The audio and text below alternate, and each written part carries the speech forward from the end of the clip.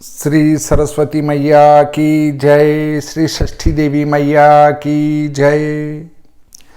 आज हम चर्चा करेंगे जन्मदिन पूजन विधान पर। जन्मदिन पूजन कैसे करना चाहिए? केक काटकर, होटलों में जाकर डांस कर, शराब पीकर आदि पर मैं इस वीडियो के अंत में बताऊंगा। सबसे पहले जन्मदिन पूजन विधि बताऊंगा, उसके बाद बताऊंगा जन्मदिन किस दिन मनाना चाहिए, उसके बाद बताऊंगा कि जन्मदिन पर क्या खाएं क्या पिएं, वो सब उसके बाद में चर्चा करेंगे। जन्मदिन कब मनाएं ये सारी चीजें बाद में आएगी। सबसे पहले लेते हैं हम पूजन विधि।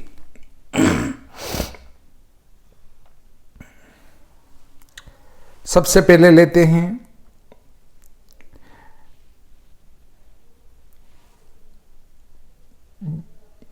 गणपति देवता की स्थापना, षोडश मातृका की स्थापना, सप्तघृत मातृका, 64 योगिनी, इसके बाद 64 योगिनी के बाद क्षेत्रपाल, नवग्रह देवता, अधिदेवता, प्रतिधि देवता और भगवान विष्णु, भगवान शिव, अष्ट चिरंजीवी, षष्ठी देवी मां, इन सब की स्थापना करना चाहिए। सबसे पहले ओम माधवाय नमः, ओम केशवाय नमः, ओम नारायणाय नमः कहकर 3 बार आचमन लेंगे। फिर ओम ऋषिकेशाय नमः करके हाथ धोएंगे। शरीर शुद्धि, सामग्री की शुद्धि, आसन की शुद्धि, भूमि पूजन, उसके बाद कलश के अंदर वरुण पूजन और स्वस्ति वाचन, और करना चाहें तो भद्र सूक्त भी इसमें कर सकते हैं। इसके बाद संकल्प होगा। संकल्प में होगा ओम मा विष्णुर्विष्णुर्विष्णु श्रीमद्भगवतो विष्णुराज्ञा प्रतमानस्याद्य ब्रह्मोदिति परार्धे श्री श्वेतवाराह कल्पे वेवस्वत मन्वंतरे अष्टाविंशतितमे कलियुगे कलिप्रथम चरणे जम्बूद्वीपे भारतवर्षे आर्यावर्तेक देशे। अब यहाँ पर नगर का नाम नगरे अयाग्रा में अमुक नामनी विक्रमाब्दे, संवत्सर का नाम यहाँ बोलना है संवत्सरे, मासोत्तमे मासे यहाँ पर मास बोलना है, मासे अमुक पक्षे पक्ष बोलना है, तिथो तिथि बोलना है और उस दिन के नक्षत्र को बोलना है, वासरे वार को बोलना है, अमुक राशिस्ते चंद्रे अमुक राशिस्ते सूर्य, तो वहाँ पर चंद्र और सूर्य जिस राशि पर हैं वो बोलना है। शेषेषु ग्रहेषु जन्म वा वर्ष कुंडल्याम यथा यथा राशि स्थान स्थितेषु अरिष्ट ग्रहाणाम शांत्यर्थ, अपनी गोत्र का ध्यान, अमुक नामनो हम अपने नाम का ध्यान, अमुक शर्मा हम अपने जो भी गोत्र वगैरह हैं, अथवा वर्मा हम सपुत्रो हम पिता का नाम, मतलब पिता का नाम भी लेना है। सकल मनो अभिलषित कामना सिद्ध्यर्थम, धर्म काम मोक्ष फलावाप्त्यर्थम, दुष्ट ग्रहाणाम सर्वारिष्ट दोष निवारण हेतवे, सद्य शुभ फल प्राप्त्यर्थम, श्री परमेश्वर प्रीत्यर्थम, स्वजन्म दिवसे अथवा अस्य बालकस्य जन्म दिवसे, अर्थात वहाँ पर जो 2 नाम आए हैं वहाँ पर मैं और दूसरा जो नाम आया है उसमें अपने पुत्र का नाम, यदि पुत्र के लिए कर रहे हैं तो, यदि पुत्र छोटा है तो उसके लिए दूसरे पे उसका नाम आएगा, और बालक के लिए कर रहे हैं तो बालकस्य जन्म दिवसे, वर्ष वृद्धो दीर्घायु और आरोग्य ऐश्वर्यादि अभिवृद्ध्यर्थम जन्मदिनांगत्वेन करिष्यमाण श्री गणपति पंचदेव नवग्रह पूजन, कलश पूजन, षोडश मातृकादि पूजनम, अष्ट चिरंजीवी पूजनम, षष्ठी देवी आदि पूजनम, तदांगत्वेन ब्राह्मण भोजन, फल मिष्टान्न, अनाज वस्त्र धनादि दान पूर्वकम होम कृत्यादि सहितम च यथा लब्धोपचारे करिष्ये या करिष्यामि। अब जो है इसमें ये वृद्धि पूजा होती है, वर्ष वृद्धि पूजा होती है। वृद्धि का अर्थ है कि मेरा वर्ष जो है वृद्धि को प्राप्त हो, गत वर्ष गया है उससे मेरा ये वर्ष बहुत अच्छा जाए। अब ये सब कुछ होने के बाद पृथ्वी पूजन आदि कर लिया, सब हो चुका है। उसके बाद सबसे पहले गणेश पूजन और भगवान विष्णु पूजन, भगवान शिव पूजन। गणेश जी का पूजन तो क्यों करना चाहिए? क्योंकि गणपति जी महाराज सबसे पहले होते हैं। शिव भगवान विष्णु पालन करने वाले हैं और शिव जी अरिष्ट से रक्षा करने वाले हैं, क्योंकि वे मृत्यु के देवता हैं। इसके बाद अर्थात महामृत्यु से तारने वाले महामृत्युंजय के धारक वे ही हैं। षोडश मातृका का पूजन करें। षोडश मातृका के अलावा सप्तग्रत मातृका पूजन, 64 योगिनी पूजन और इसमें कलश स्थापन पूजन, ये जो है क्षेत्रपाल पूजन इसके बाद करें। नवग्रह पूजन, नवग्रह पूजन के बाद पंच लोकपालों का पूजन भी करें, सप्तऋषि का पूजन और इन सबके पूजन के साथ ही कुल देवी और कुल देवता का पूजन भी करें। ये सभी तो आपको आते हैं, परंतु अष्ट जो चिरंजीवी हैं उनका ध्यान क्यों करें? अर्थात हम उनका ध्यान इसलिए करें कि जैसे वो चिरंजीवी हुए वैसे ही हमारा ये वर्ष बहुत अच्छा निकले, हम स्वस्थ रहें, हम वर्ष भर आनंद करें और हमारी आयु लंबी हो।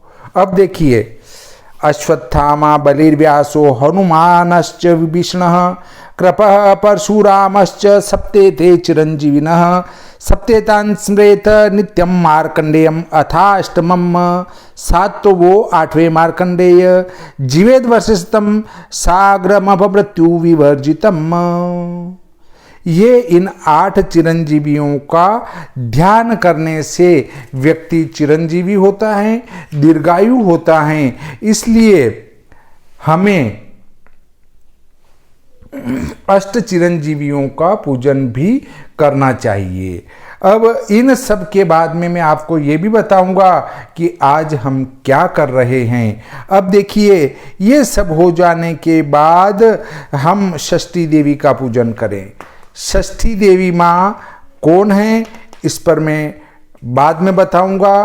वो पूर्ण पुरुष के 6वें अंश से उत्पन्न होने के कारण से षष्ठी देवी कहलाती हैं और वही षष्ठी पूजन आपका 6ठे दिन पूजन होता है बच्चे के जन्म के बाद। वो ही बालक की रक्षा करती है। हमारे सिंधी समाज जो हैं, हिंदू धर्म में ही सिंधी समाज है, वे छठी कहते हैं। छठी वैसे जन्म पत्रिका को कहते हैं वे, पर वही 6ठे दिन बनवाते हैं वो छठी। तो वो छठी की उत्पत्ति उसी षष्ठी देवी से निकली है, अर्थात उसका पूजन करवाते हैं वो 6ठे दिन जो है जन्म पत्रिका को बना करके हम छठी पूजन करेंगे।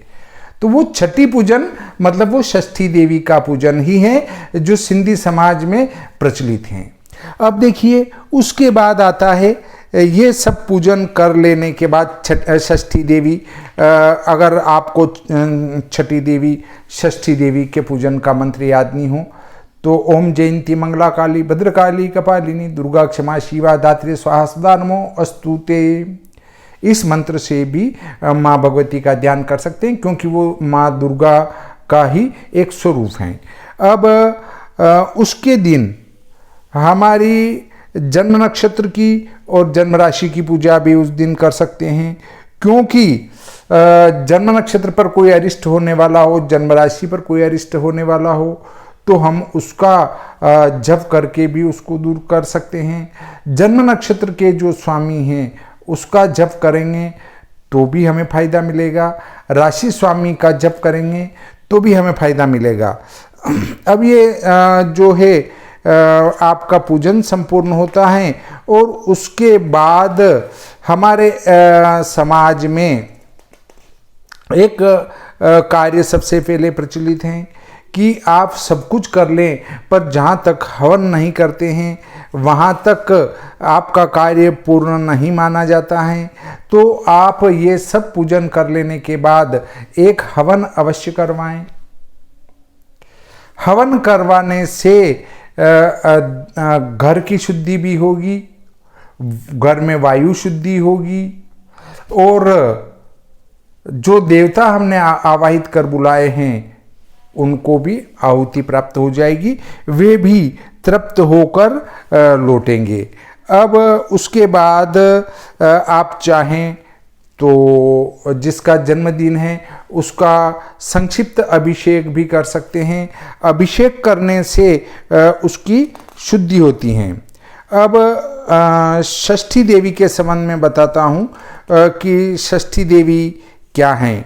पुराणों में षष्ठी देवी को शिशुओं की रक्षक एवं अधिष्ठात्री देवी के रूप में विशेष महत्व निरूपित किया गया है। बालकों की दीर्घायु प्रदान करना, उनका रक्षण एवं भरण पोषण करना देवी षष्ठी का स्वाभाविक गुण है। सामान्यतः बालकों के जन्मदिन के छठे दिन षष्ठी देवी पूजन संस्कार करवाने का प्रावधान है। इसके अतिरिक्त बालक के जन्मदिन पर अरिष्ट निवारण हेतु षष्ठी देवी का पूजन एवं स्तोत्र का पाठ करने का विधान है। अर्थात बच्चे का जन्म हुआ है, उसके बाद षष्ठी देवी का अगर पूजन करते हैं तो बालक को अरिष्ट नहीं होगा। मूल प्रकृति के छठे अंश से प्रकट होने से इनका नाम षष्ठी पड़ा है। यह ब्रह्मा की मानस पुत्री एवं शिव पार्वती के पुत्र स्कंद की प्राण प्रिया देवसेना के नाम से प्रख्यात हैं।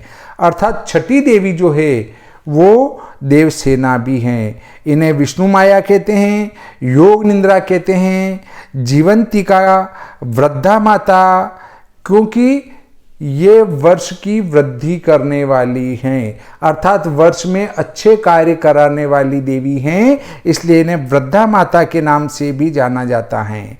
बालकों के शैशव काल में भगवती षष्ठी देवी अपनी योग माया के प्रभाव से शिशुओं के पास वृद्धा माता के रूप में अप्रत्यक्ष रूप से विद्यमान रहती हैं। अर्थात जब बच्चा छोटा होता है तो वो जो है वृद्धा माता के रूप में बच्चे के पास विराजमान रहती हैं। आपने देखा होगा कि जब बच्चा नादान होता है, समझता नहीं है, छोटा होता है, तब वो अपने आप ही मुस्कुराता है, तो वो ही वृद्धा माता उसके पास बैठकर और मुस्कुराती है, तो वो भी मुस्कुराता है। अब षष्ठी देवी के प्राकट्य का कथासार बताता हूँ। ब्रह्मवैवर्त पुराण में भगवती षष्ठी देवी के प्राकट्य के संबंध में एक विलक्षण कथा वर्णित मिलती है, जो कि भगवान नारायण ने देवर्षि नारद को सुनाई थी। स्वयंभू मनु के पुत्र प्रियव्रत एवं एक प्रसिद्ध एवं धर्मपरायण राजा थे। उनके यहाँ कोई संतान नहीं थी। तब महर्षि कश्यप ने उनसे पुत्रेष्टि यज्ञ करवाया। यज्ञ में अग्नि देव द्वारा प्रदत्त प्रसाद के प्रभाव से महारानी मालिनी गर्भवती हुई और यथा समय उन्होंने एक सुंदर पुत्र को जन्म दिया, किंतु दुर्भाग्यवश वह बालक मृत पैदा हुआ। राजा रानी मरे हुए पुत्र को देखकर महान शोक में डूब गए। मंत्रियों के द्वारा बहुत समझाने पर अंत में राजा मृत पुत्र को लेकर शमशान पहुंचे। वहां उसे छाती से चिपकाकर दारुण विलाप करने लगे। उसी समय बालकों की अधिष्ठात्री देवी षष्ठी वहां एक भव्य विमान में पधारी। श्वेत चंपा के समान वर्ण वाली तथा आभूषणों से अलंकृत दिव्य शक्ति को देखकर राजा ने बालक के शव को धरती पर रख दिया और भगवती को हाथ जोड़ते हुए राजा ने उनसे आर्द्र भाव से पूछा, हे देवी, आप कौन हैं? तब देवी ने कहा कि हे राजन, मैं ब्रह्मा जी की मानसी पुत्री स्वामी कार्तिकेय की पत्नी एवं मातृकाओं में प्रसिद्ध षष्ठी देवी हूँ। मैं तुम्हारा कातर रुदन स्वर सुनकर यहाँ आई हूँ। राजा ने पुनः देवी की स्तुति की और पुत्र पर कृपा करने की प्रार्थना की। देवी बोली, मैं आप जैसे पुण्यात्मा की दयनीय स्थिति को देखकर यहाँ आई हूँ। राजन, जीवन में सुख दुख भय शोक हर्ष मंगल राजपाट धन धान्य स्त्री संतान ये सभी फल कर्मों के अनुसार प्राप्त होते हैं। कर्मों के प्रभाव से ही किसी के यहाँ सुंदर संतान तो किसी के यहाँ विकलांग कुरूप तथा मृत संतान पैदा होती हैं। हे राजन, कर्म अत्यंत बलवान हैं, उनका फल भोगना ही पड़ता है। श्रेष्ठ उपायों एवं श्रद्धा भक्ति से कर्मफल को निश्चित रूप से टाला भी जा सकता है। ऐसा कहते हुए उन देवी ने भगवती षष्ठी ने बालक को भूमि से उठाकर अपनी गोद में ले लिया और अपनी कृपा शक्ति से खेल खेल में उसे जीवित कर दिया। भगवती देवी की गोद में मुस्कुराते हुए बालक को देखकर राजा एवं रानी को अपार हर्ष हुआ। देवी की स्तुति करने लगे। देवी षष्ठी ने अपने पुत्र के रूप में राजा को वह सुंदर बालक सौंपते हुए उनसे अपनी पूजा आराधना की संपूर्ण राज्य में करवाने का निर्देश दिया। देवी के आदेश से राजा और प्रजा द्वारा षष्ठी देवी की पूजा प्रतिष्ठा व्यापक रूप से आरंभ की जाने लगी। तब से भारत में प्रत्येक मास के शुक्ल पक्ष की षष्ठी तिथि को देवी की पूजा एवं स्तुति का आयोजन किया जाने लगा। इस प्रकार षष्ठी देवी की कृपा शक्ति से अपुत्रा को भी पुत्र प्राप्त हो जाता है और मृत वत्सा का पुत्र भी जीवित हो जाता है। अतः संतान प्राप्ति के लिए षष्ठी देवी का षोडशोपचार सहित पूजन, उनके मंत्र का जप तथा स्तोत्र का पाठ करना चाहिए। संतान कामी को चाहिए कि शालिग्राम शिला कलश पितलादि धातु पर श्वेत वस्त्र पर वट वृक्ष के मूल में लकड़ी या दीवार पर लाल चंदन आदि से देवी षष्ठी की आकृति बनाकर उनका गत पृष्ठों में लिखे अनुसार पूजन करे। अर्थात जो पहले मैंने पूजन विधि बताई हैं उसके अनुसार उनका पूजन करे। सर्वप्रथम देवी का इस प्रकार ध्यान करे। देवी का ध्यान कैसे करना है वो देखिए। सुपुत्रदाम च शुभदाम दया रूपाम जगत प्रसुम श्वेत चंपक वर्णाभाम रत्नभूषण भूषिताम पवित्र रूपाम परमाम देवसेनाम पराम भजे। श्रेष्ठ पुत्र देने वाली कल्याणकारिणी दया की प्रतिमूर्ति जो जगत को उत्पन्न करने वाली जगत माता श्वेत चंपक पुष्प के समान इनका वर्ण है तथा ये रत्नमय आभूषणों से अलंकृत और पवित्र आत्मा है। मैं ऐसी परम चित स्वरूपिणी भगवती देवसेना का ध्यान करता हूँ। ध्यान के अनंतर आवान पाद्य आचमन स्नान अर्घ्य वस्त्राभूषण पुष्प धूप दीप एवं नैवेद्य आदि उपचारों से देवी का पूजन विधिवत करे। फिर देवी के अष्टाक्षर मंत्र ओम ह्रीं षष्ठी देव्ये स्वाहा का यथाशक्ति जप करना चाहिए। अर्थात षष्ठी देवी का जो बीज मंत्र हैं ओम ह्रीं षष्ठी देव्ये स्वाहा, इसका जप करना चाहिए। षष्ठी देवी के स्तोत्र की महिमा को बताता हूं मैं आपको। जन्म कुंडली अथवा वर्ष कुंडली में कोई अरिष्ट योग पड़ा हो तो षष्ठी देवी का षोडशोपचार अथवा पंचोपचार पूजन करके स्तोत्र का श्रद्धा एवं भक्तिपूर्वक जन्मदिन पर षष्ठी देवी का पाठ करने से अरिष्ट योगों का निवारण हो जाता है। जन्मदिन को मार्कंडेय आदि अष्टचिरंजीवी महापुरुषों के पूजन के साथ साथ षष्ठी देवी का पूजन व आहुतियां देने से जातक को स्वास्थ्य लाभ, धनादि संपदा का लाभ तथा पुत्र संतति का सुख प्राप्त होता है। स्तोत्र की जो महिमा में कहा गया है कि जो निसंतान व्यक्ति षष्ठी देवी के इस स्तोत्र को निरंतर 1 वर्ष तक सुनते पाठ करते हैं उन्हें श्रेष्ठ और दीर्घजीवी पुत्र प्राप्त होता है। जो महावंद्या बांझ नारी 1 वर्ष तक षष्ठी देवी की भक्ति के साथ पूजा करके इस स्तोत्र को सुनती हैं, वह सब पापों से छूट जाती हैं और महावंद्या होने पर भी षष्ठी देवी के प्रसाद से वीर, गुणी, विद्वान, यशस्वी, दीर्घायु संपन्न पुत्र उत्पन्न करती हैं। जो नारी काकवंद्या हों, जिसे केवल एक संतान उत्पन्न हो और जिस स्त्री के पुत्र पैदा होकर मर जाते हों, वह यदि इस स्तोत्र को 1 वर्ष तक लगातार सुनती रहे तो षष्ठी देवी अनुग्रह से पुत्रवती हो जाती हैं। बालक के रोगी होने पर यदि उसके माता पिता इस स्तोत्र को सुने तो षष्ठी देवी की कृपा से 1 महीने के भीतर ही बालक रोग मुक्त हो जाता है। अब देखिए, ये लिखा गया है ब्रह्मवैवर्त पुराण में और स्तोत्र इस प्रकार से हैं।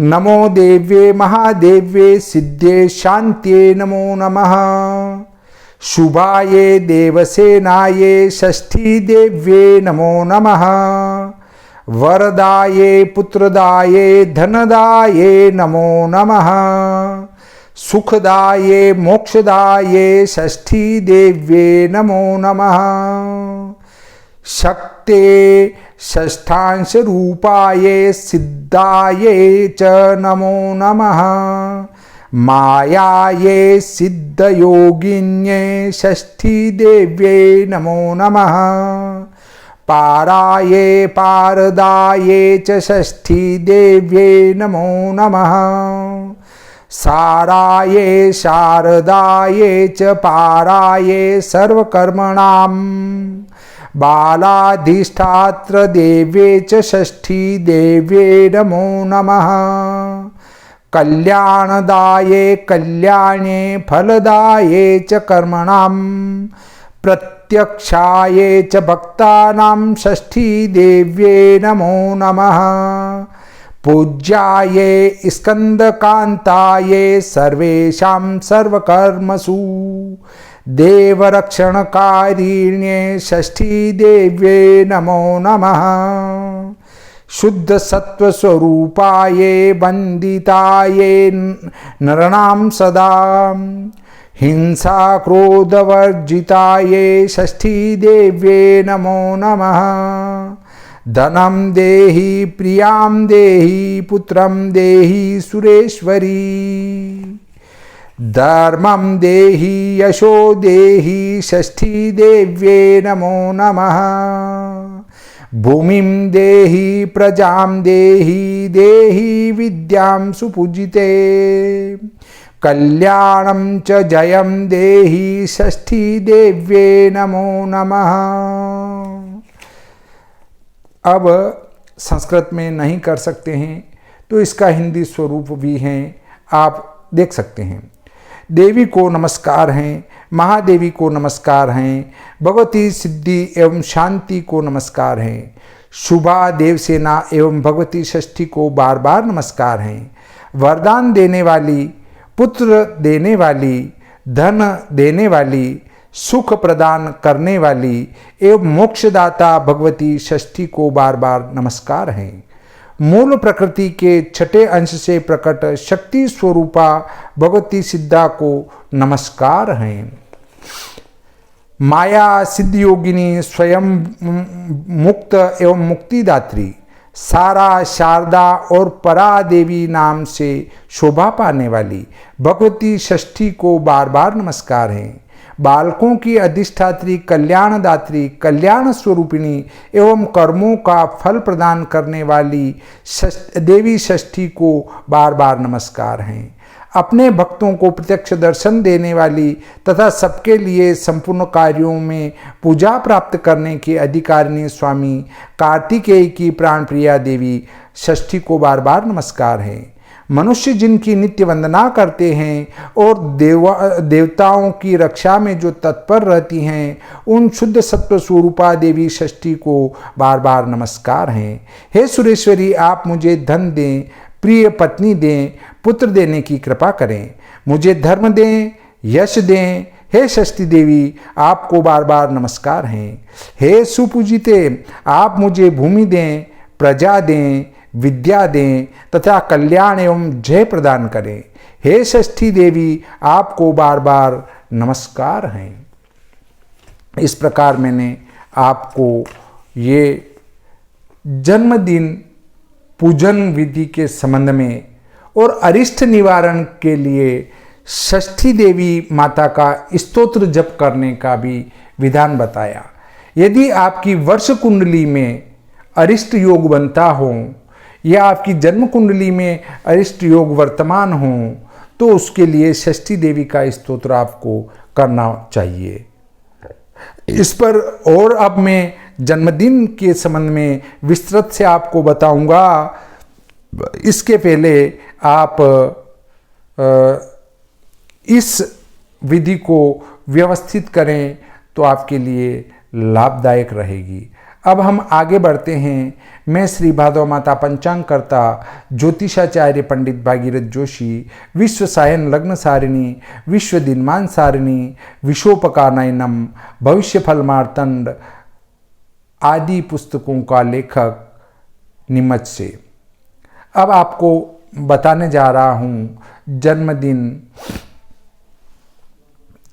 कब मनाया जाए। वर्तमान समय में देखिए,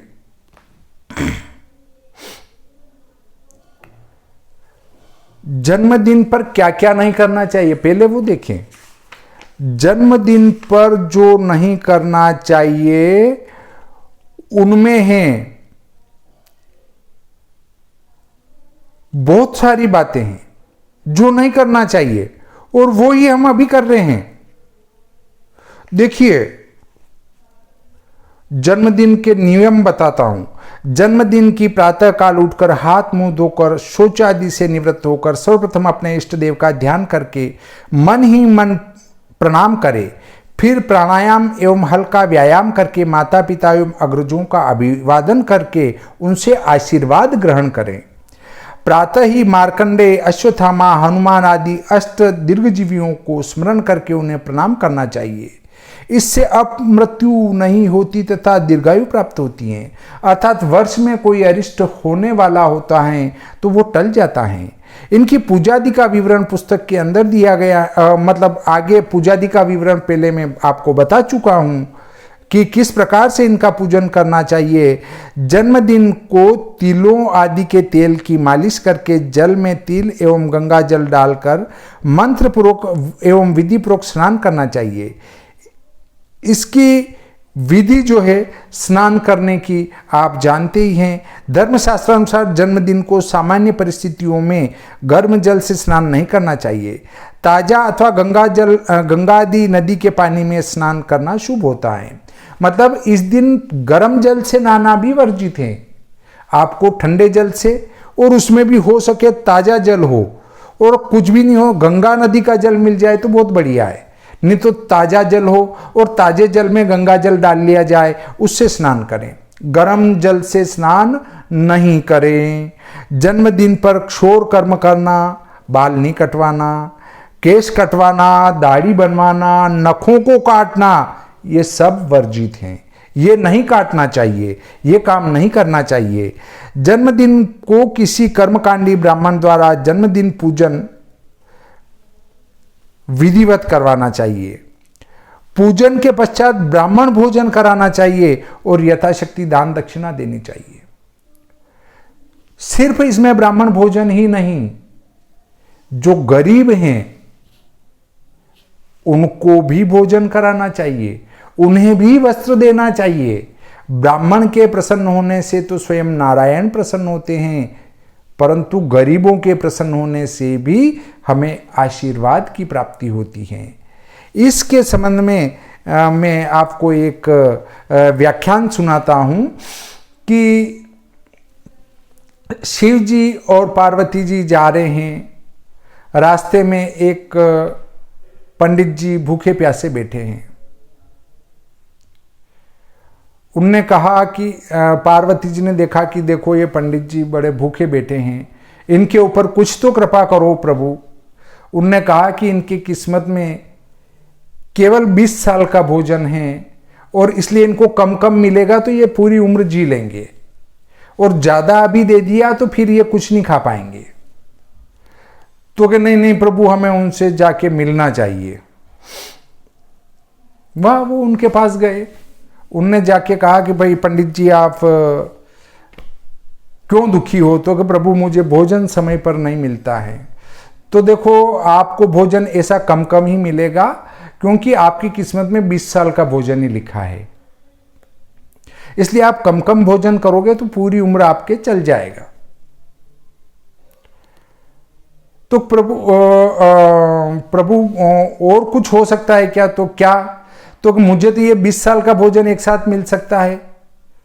तो हाँ, क्यों नहीं, मिल जाएगा। तो प्रभु मुझे तो ये 20 साल का भोजन एक ही साथ दे दो। तो भगवान ने तथास्तु कहा। उनके 20 साल का भोजन एक साथ आ गया, अनाज आ गया, भोजन बना हुआ नहीं, अनाज आ गया। तो पंडित जी ने कहा मरना तो है ही है, सारा जनता को भोजन करा दो। तो 20 साल का जो उनका भोजन था, उनने पूरे नगर को भोजन करा दिया। अब 10 साल बाद वापस शिव पार्वती जी भ्रमण करते हुए आए, तो देखा कि वो जो है पंडित जी आनंद कर रहे हैं, आनंद मना रहे हैं और राजी खुशी अपने घर में रह रहे हैं, घर भी अच्छा बना हुआ है।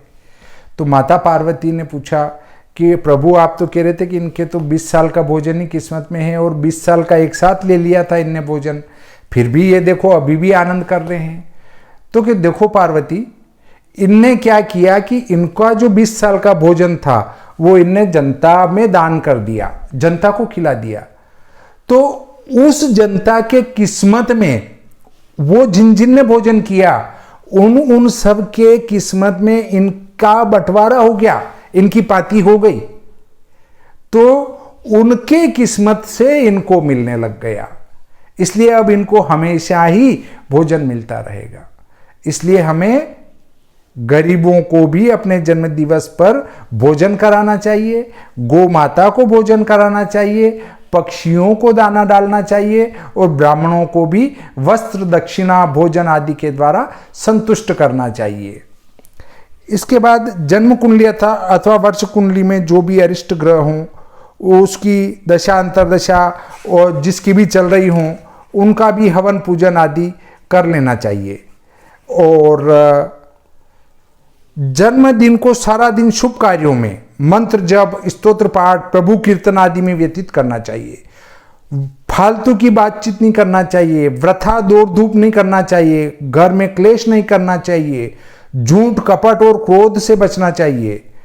मांस, अंडा, शराब, तामसिक भोजन कभी नहीं लेना चाहिए, परंतु जन्मदिन को विशेषतया तामसिक भोजन से परहेज रखना चाहिए। स्त्री प्रसंग, मैथुनादि वासनात्मक कृत्यों से भी परहेज करना चाहिए। यदि किसी कारणवश जन्मदिन पूजन न करवा सके तो गृह में या मंदिर में गायत्री मंत्र जप या अन्य जप, विष्णु सहस्त्रनाम स्तोत्र, सूर्य के 12 नाम का जप, षष्ठी देवी स्तोत्र का पाठ, अष्ट दीर्घजीवियों के नाम का स्मरण भी कर सकते हैं, और ब्राह्मण को भोजन कराकर यथाशक्ति दक्षिणा देकर भी इसको मनाया जा सकता है। विशेष शरीर कष्ट या अरिष्ट हो तो अनाज आदि का तुलादान दक्षिणा सहित करवाना चाहिए। जन्मदिन पर अपने आस पड़ोस फूल एवं फलदार पौधे लगाने सौभाग्यवर्धक दीर्घायु कारक हैं। अपना जन्मदिन पर पौधे भी लगाना चाहिए, और हो सके तो अस्पताल, गौशाला आदि में भी दान पुण्य करना चाहिए। अब देखिए, एक बात उत्पन्न होती है कि वर्तमान जो समय चल रहा है वो कैसा चल रहा है। मेरे एक मित्र हैं जोहरी सर करके, नाम नहीं बताऊंगा, गोत्र से ही समझ लें। वो कहते हैं कि सर वर्तमान समय इतना गिर चुका है कि जन्म दिवस पर, जिसका जन्म दिवस है उस पर बच्चे होटल में जाते हैं, 8वीं 10वीं पढ़ने वाले बच्चे बच्चियां सभी, परंतु उनके मम्मी पापा को अलाउ नहीं करते हैं। वो कहते हैं मम्मी पापा आप नहीं, हमारे मित्र ही हम होटल में खाना खाने जाएंगे। वहाँ बियर भी लेते हैं, भोजन करते हैं, डांस करते हैं और मजे करते हैं। अब देखिए हम कौन से समाज में जी रहे हैं और हम हमारा जन्मदिन कैसे मना रहे हैं। शराब पीना तो वर्जित माना गया है। शास्त्रों में लिखा है कि जन्मदिन पर शराब पीना, अंडे खाना, मांस खाना, सट्टे वगैरह करना, झूठ बोलना, ये सब वर्जित है। और आप होटल में जाकर शराब भी पी रहे हैं, डांस भी कर रहे हैं। ये कहाँ जा रहे हैं आप पश्चिमी सभ्यता में। आप अगर विदेशों में जाके देखेंगे तो वे सनातन धर्म की तरफ बढ़ रहे हैं और हम जो है हमारा धर्म छोड़ते जा रहे हैं। यदि हम हमारे कई कृत्य हैं, सामाजिक जो संग्रह है, उनको भूलते जाएंगे तो हमारे बच्चे पश्चिमी सभ्यता में जाएंगे और वो फिर लव मैरिज करके दूसरे धर्मों में चले जाएंगे। हमारी लड़कियां आजकल भग भग के जा रही है। कुछ लड़कियां, सभी नहीं जा रही है, कुछ लड़कियां जो पाश्चात्य सभ्यता की हैं वे अंतरधर्म, अंतर जाति विवाह तो ठीक है, पर अंतरधर्म विवाह कर रही है। उनको शर्म नहीं आती है। कुछ तो अपने नाम के पीछे शर्मा लगाती है और ऐसी जगह शादी कर रही है जहां तो मांस खाना ही होता है। अब वो कौन सी ब्राह्मण रही, वो पतित होकर और गर्त में चली गई। तो हमें जन्म दिवस पर यदि माता पिता वास्तव में धर्म प्रेमी हैं तो बच्चे अकेले जाकर होटल में जन्मदिन क्यों मनाएंगे। और माता पिता को भी और परिवार को भी जन्मदिन मनाने के लिए होटल में कहां जाना पड़ रहा है। आप 2,000 रुपये, 5,000 रुपये, 5,000 नहीं माने तो 2,000 रुपये तो होटल में आप खर्च करके आएंगे। उन्हीं 2,000 रुपये से एक अच्छा भोजन बनाकर अगर आप घर में भोजन करते हैं तो घर में अच्छा भोजन भी बनेगा और जितना होटल में खर्चा हुआ उतना खर्चा भी नहीं होगा। हमारे पूर्वज कई किलोमीटर पैदल चला करते थे। हमारी माताएं बहनें पीसकर, हाथ से आटा अनाज पीसकर भोजन बना के खाते थे। वे कितने तंदुरुस्त थे। आज हम रोग, शोक, दुख से ग्रसित हैं। क्यों हैं? क्योंकि हमने सारा रेडीमेड बना बनाया खाना चालू कर दिया है। तो जन्म दिवस पर होटल में खाने का प्रावधान नहीं रखें, शराब पीने का प्रावधान नहीं रखें। मैंने ऐसा भी देखा है कि शादी हुई साहब और पहला त्योहार आया तो उसमें शराब तो पीना ही पड़ेगा, या शादी की सालगिरह मना रहे हैं तो बियर तो पीना ही पड़ेगा। उसको बियर कहते हैं और थोड़ा सा बियर ले लो, अर्थात उसको लेके घूमते फिरो, पीना नहीं है, ले लो। अरे ले लो का अर्थ वो पीना ही है और बियर का अर्थ शराब ही है। और विस्की कह दो तो भी वही शराब है और शराब मतलब दारू है और उसको पीना मतलब गलत है। अर्थात जन्मदिन हो,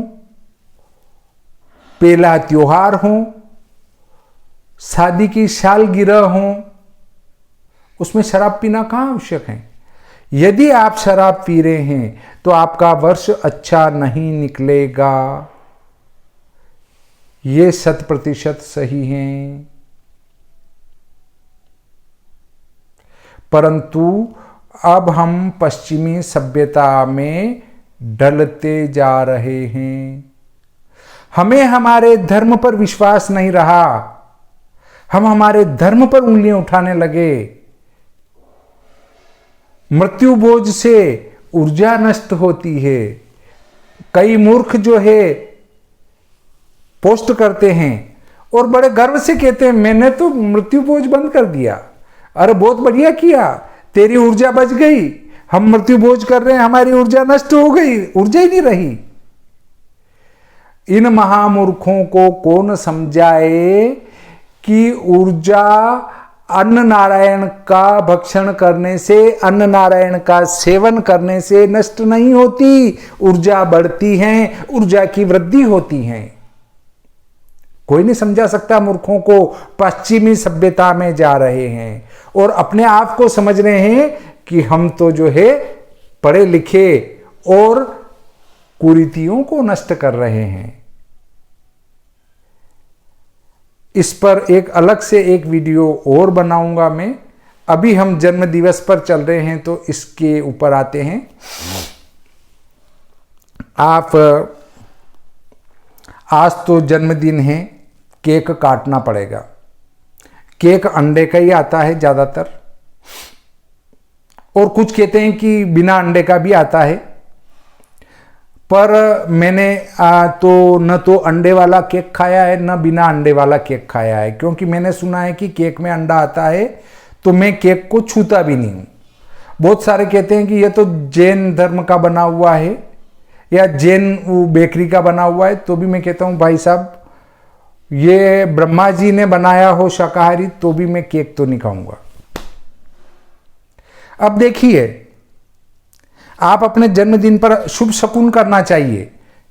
शास्त्र क्या कहता है? नाखून नहीं काटे, बाल नहीं काटे, बाल नहीं काटे, गर्म पानी से नहीं नहाए, अशुभ नहीं बोले,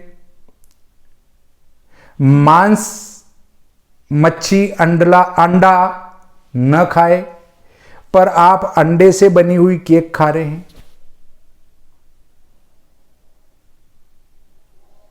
मान लो आप की केक शाकाहारी आ गई, तो ये सब कुछ काटना वर्जित है, तो आप केक को काट क्यों रहे हो? केक को काट कर संकेत दे रहे हो कि ये मैं इस अन्न देव को काट रहा हूं, अन्न नारायण को काट रहा हूं। उसमें अंडा नहीं है, अंडा नहीं है अर्थात वो अन्न नारायण है, अन्न का स्वरूप है। चाहे वो गौ माता के दूध से बनी हो, मुझे पता नहीं कि वो केक काय से बनती है, या तो गो दुग्ध से बनती होगी या किसी अन्न नारायण से ही बनती होगी। तो उसको गोल आकार देके फिर उसके ऊपर हृदय का न कोई डिजाइन बनाते हैं और फिर उसको काटते हैं चाकू से। चाकू से काटने का अर्थ है कि हे अन्न नारायण, जिस प्रकार से मैं आपको काट रहा हूं, या हे गौ माता, तेरे से बने हुए इस जो पकवान को जिस प्रकार से मैं आज काट रहा हूं, मेरे जीवन में इस वर्ष में वर्ष भर मेरे कार्यों में चाकू चलता रहे। उस चाकू को चलाने से पहले क्या करते हैं?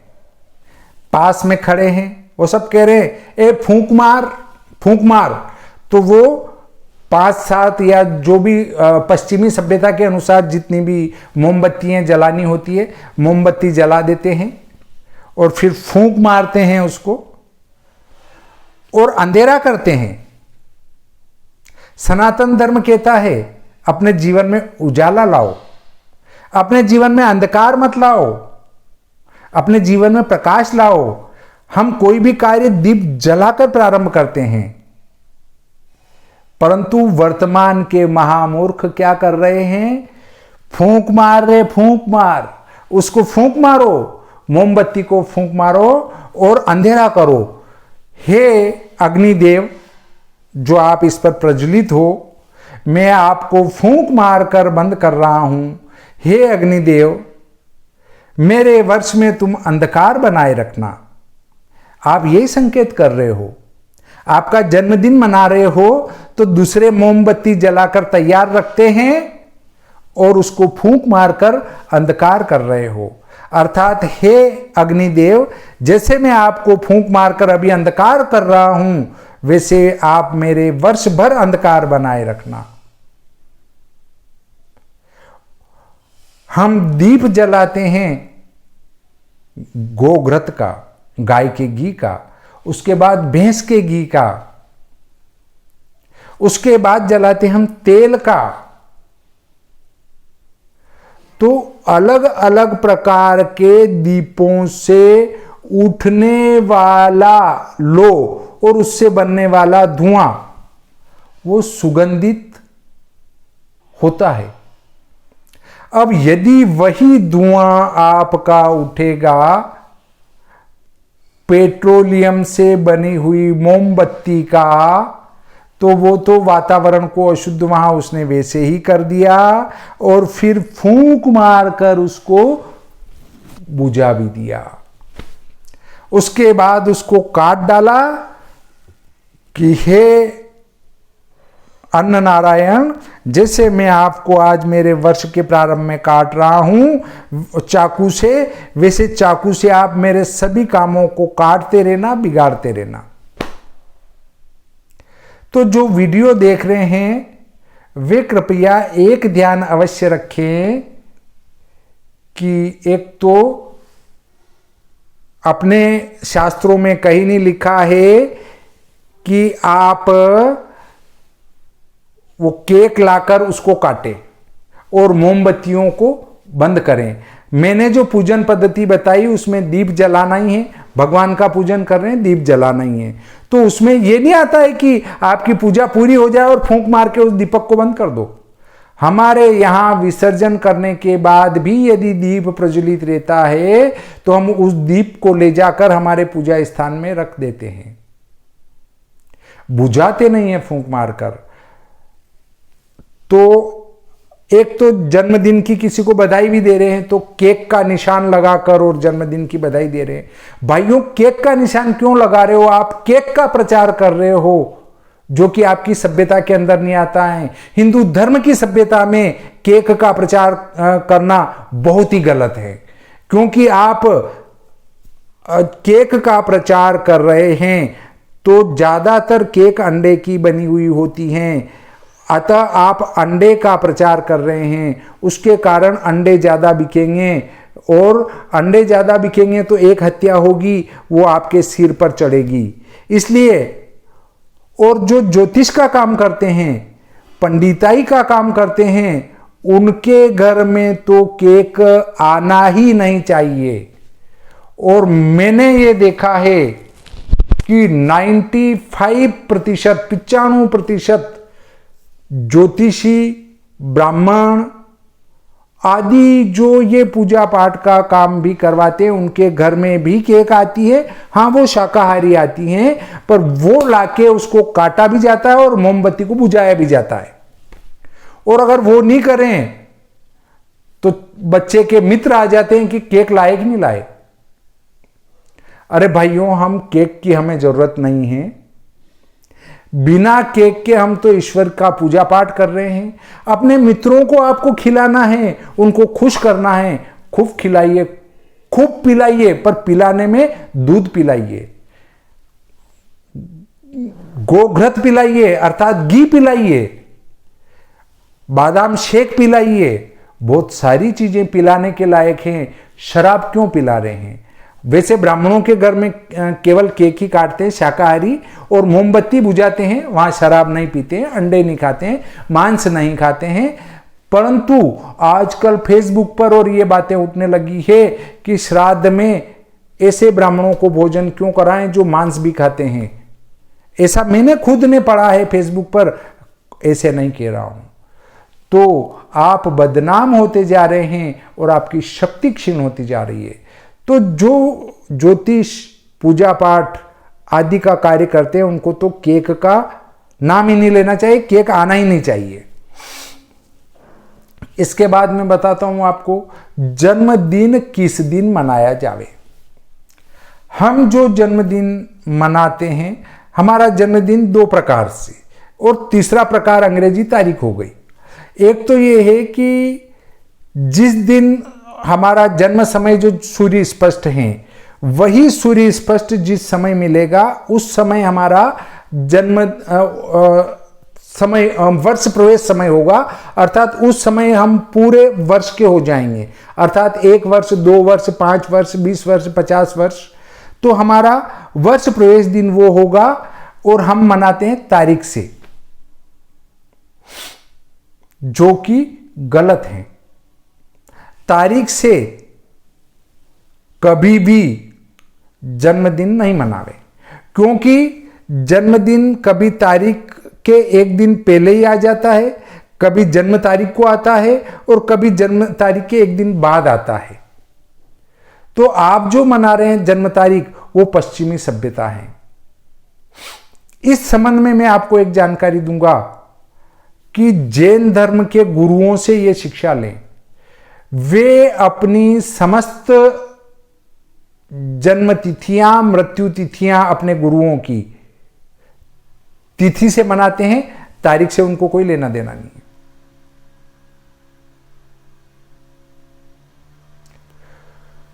हमारे शास्त्रों में भी स्पष्ट तिथि को महत्व दिया गया है, तारीख को नहीं।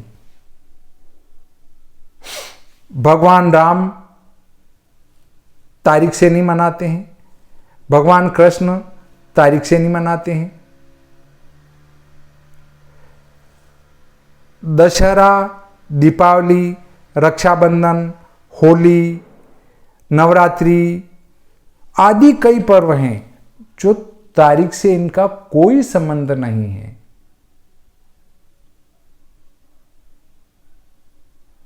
मकर संक्रांति कभी 13 जनवरी को आती थी, कभी 14 को आती थी, अब 15 को आने लग जाएगी, भविष्य में जाके 16 को आने लग जाएगी।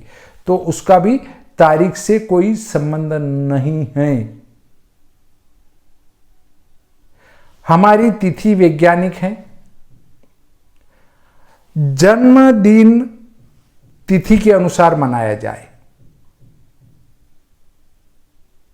अगर आप जन्मदिन तिथि से नहीं मना रहे तो फिर श्राद्ध तिथि से क्यों मना रहे हो? आपके पितरों की मृत्यु जिस तारीख में हुई हो उसी तारीख में ही आप श्राद्ध मनाओ। फिर वो तारीख निश्चित कर लो भाई, सितंबर महीने में वो तारीख कब पड़ेगी, उस दिन जो है अपन सितंबर का उत्तरार्ध निश्चित कर लो कि 15 सितंबर से 30 सितंबर में अपने ये मृत्यु तिथियां मनानी है। तो उस समय आप अपने पितरों की श्राद्ध पक्ष मनाएं। यदि आप श्राद्ध तिथि से मनाते हैं तो जन्म तिथि क्यों मनाने में शर्म आती है? हमारी जन्म तिथि ही वैज्ञानिक हैं, शास्त्रोक्त हैं। अब आप कहेंगे फिर वर्ष कुंडली किससे बनाएं? तो वर्ष कुंडली के संबंध में जानकारी देता हूं। वर्ष कुंडली तो उसी सूर्य स्पष्ट के आधार पर बनेगी, अर्थात जन्म तारीख से एक दिन पहले या जन्म तारीख को या जन्म तारीख के एक दिन बाद, इस आधार पर ही वर्ष कुंडली का निर्माण होगा। परंतु जन्म तिथि जो होगी उस पर हमारा जन्म दिवस मनाया जाना चाहिए। अब वर्ष कुंडली क्या है? तो ज्योतिषी जो जानते हैं वे बता सकते हैं कि वर्ष कुंडली कैसे बनेगी। जैसे जन्म कुंडली पूरे जीवन के ऊपर प्रकाश डालती है, वैसे ही वर्ष कुंडली एक वर्ष पर प्रकाश डालती है कि इस वर्ष में क्या क्या घटित होने की संभावना है। और एक वर्ष की मुद्दा दशा भी निकलती हैं जिसमें 9 ग्रह चक्री क्रम से अपना फल प्रदान करते हैं। इस प्रकार आज मैंने आपको वर्ष दिन पूजन पद्धति पर विस्तृत जानकारी दी। यह प्रकरण संपूर्ण होता है। श्री सरस्वती मैया की जय, श्री षष्ठी देवी मैया की जय।